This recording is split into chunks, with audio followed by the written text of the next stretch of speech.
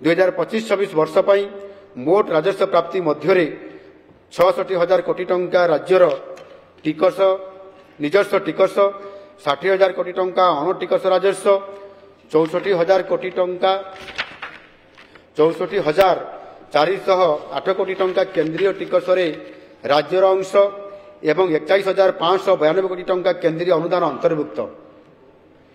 बाचस्पति महोदय 2025-26 आर्थिक वर्ष राजस्व बड़का और वित्तीय नियंट सामग्रिक राज्यर घरोई उत्पादन यथाक्रमे प्राय 3% और 3.2% सीमित रहिबो। तेणु 2025-26 वार्षिक व्यय अटकल वित्तीय उत्तरदायी और बजेट परिचालना अधिनियम FRBM एक्ट द्वारा स्थिरीकृत समस्त वित्तीय सूचकांक मध्य सीमित रहिबो। बाचस्पति महोदय आमर एही बजेट मातृभूमि प्रति आमर पूर्ण समर्पण और सेवा मनोभावर प्रतिफलन। अमृत काल एक विकसित भारत गठन में योगदान करने ओडिशा एवं पूर्ण प्रस्तुत। आसंतु एक दृढ़ मनोबल नहीं यही बजेट रे उल्लेख करा जाइथिबा उन्नयनमूलक कार्यक्रम सफल रूपायन में मिलित भाव समस्त मिसिकी कार्य करिबा। यही सामूहिक प्रयास रे मु ओडिशावासी आंतरिक समर्थन और सहयोग कामना करुछि।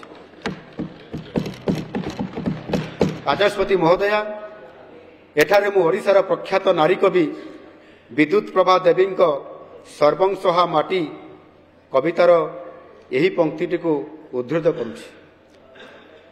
तोर मुकती रे मोर मुकती मा तोर हसे मोर हस तोहरी अंतर आदेशे चले मु घसी तोर महाजस चिर दुखर तो पाहांती अंधार राति आसुअछि पाही से नुआ सपने फुले मु आनंदे जयगान तोर गाई।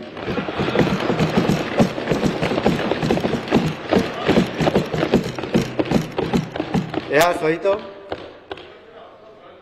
पवित्र गृहर अनुमोदन पाई मु 2025-26 बजेट आकलन को उपस्थापना करुछि।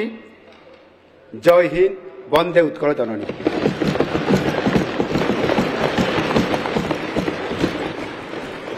ओडिशा सरकार 2025-26 मसीहार वार्षिक बजेट अटकल उपस्थापित है।